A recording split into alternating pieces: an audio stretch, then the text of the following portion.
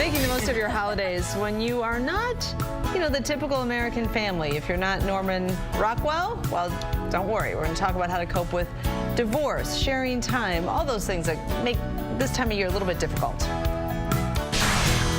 Well, we know that the holiday season can be stressful. Divorce, it can add all kinds of layers to that. Shared custody, it gets difficult. It can be difficult for the parents, difficult for the kids. Yeah. So we are here to help you sort it all out. Family law attorney and mediator Alisa Peskin-Shepherd has some answers for us. So welcome. Thank you. It's great to be back. Yeah, we're happy to have you.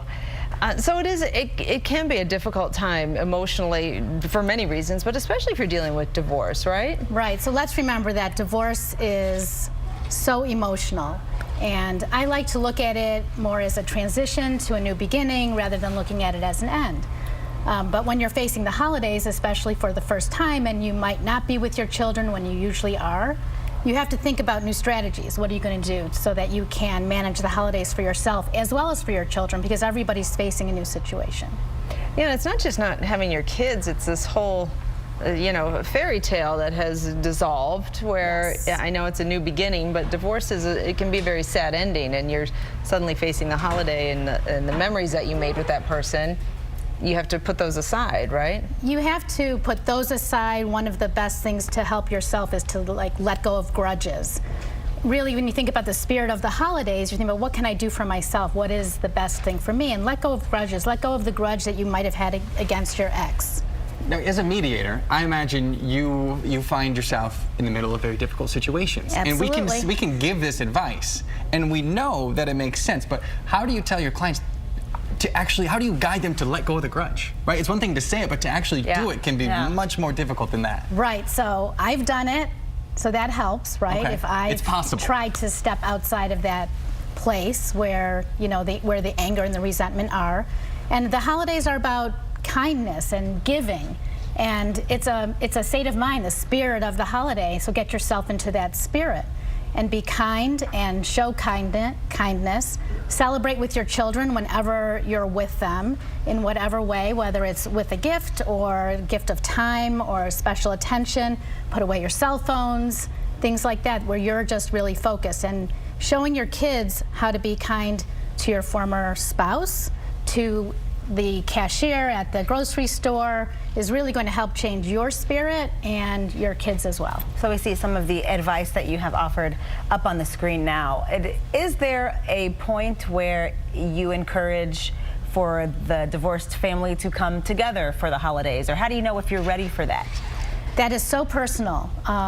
It is definitely something that you should try to do for your children, especially if your children are asking for that. And I find with my clients, younger children will often ask, can't we still celebrate all together? And I do a lot of collaborative divorce work, and those parents often in their parenting plan that they put together themselves, they decide that on certain holidays they're going to have certain time together. So maybe it's Christmas morning that they're going to all have breakfast together so that they can all watch opening the presents together. So really how you go through your divorce is going to make a difference in how you're going to be able to celebrate holidays in the future. I don't know how far you go in the specialty. Is there a place in this conversation for step-parents or people who are also in a new situation, perhaps for the first time for the holidays? How is that to be navigated? Well, you have new family situations, and there's always a learning curve going on. So when you're bringing families together into blended families, then you have new traditions that you're creating, new traditions with new people and new families.